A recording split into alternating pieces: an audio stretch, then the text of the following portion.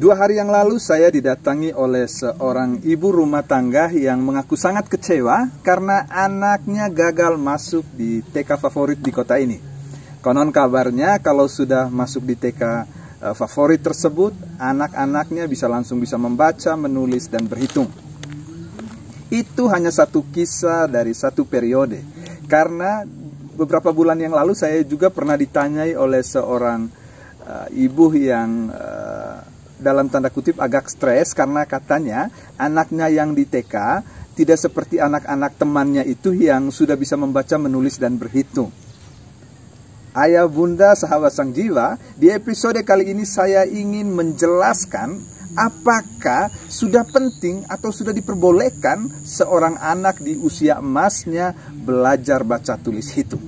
Ikuti terus penjelasan saya, tapi sebelumnya jangan lupa like, comment, share, and subscribe channel ini, dan bunyikan lonceng notifikasinya supaya selalu mendapat video-video terbaru dari kami.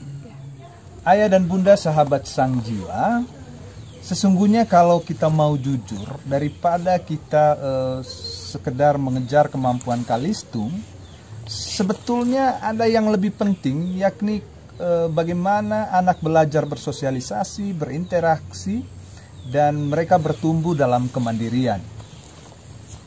Dalam psikologi, sesungguhnya perkembangan kognitif dan intelektual itu dibagi dalam 4 periode.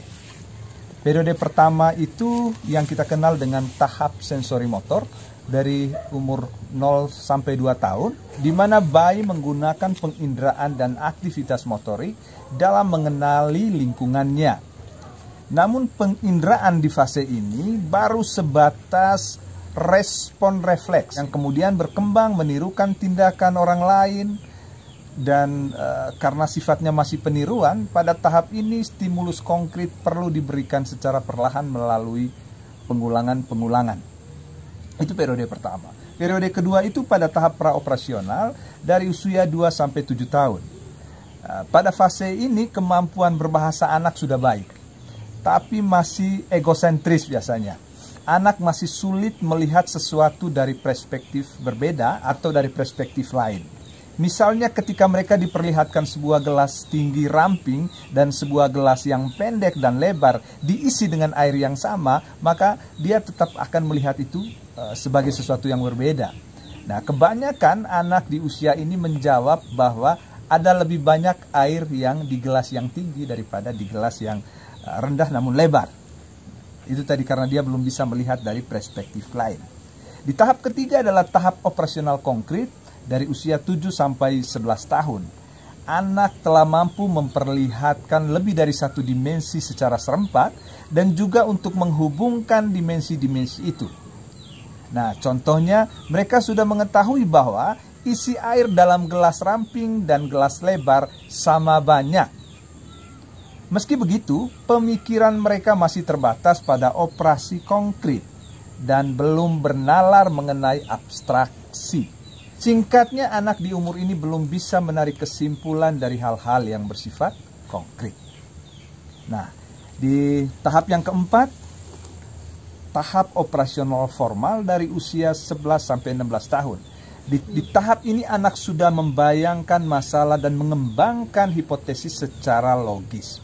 Misalnya, saat anak melihat mobil mogok, maka anak akan menduga bensinnya habis, atau busi atau platinanya rusak, atau sebab lain yang memberikan dasar terjadinya mobil mogok.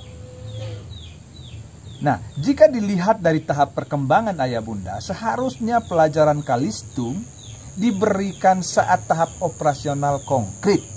Sebab untuk memahami kalistung tadi baca tulis hitung, anak memerlukan cara berpikir terstruktur.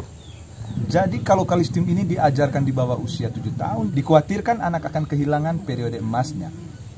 Kita hanya perlu waktu 3 bulan untuk melatih seorang anak bisa matematika, Namun diperlukan waktu lebih dari 15 tahun untuk bisa membuat seorang anak mampu berempati, peduli dengan orang lain, peduli lingkungan, serta memiliki karakter mulia untuk bisa memenangkan kehidupan. Dan sudah banyak buktinya. Seperti biasa, hal ini disampaikan oleh orang biasa untuk orang luar biasa. Salam sang jiwa.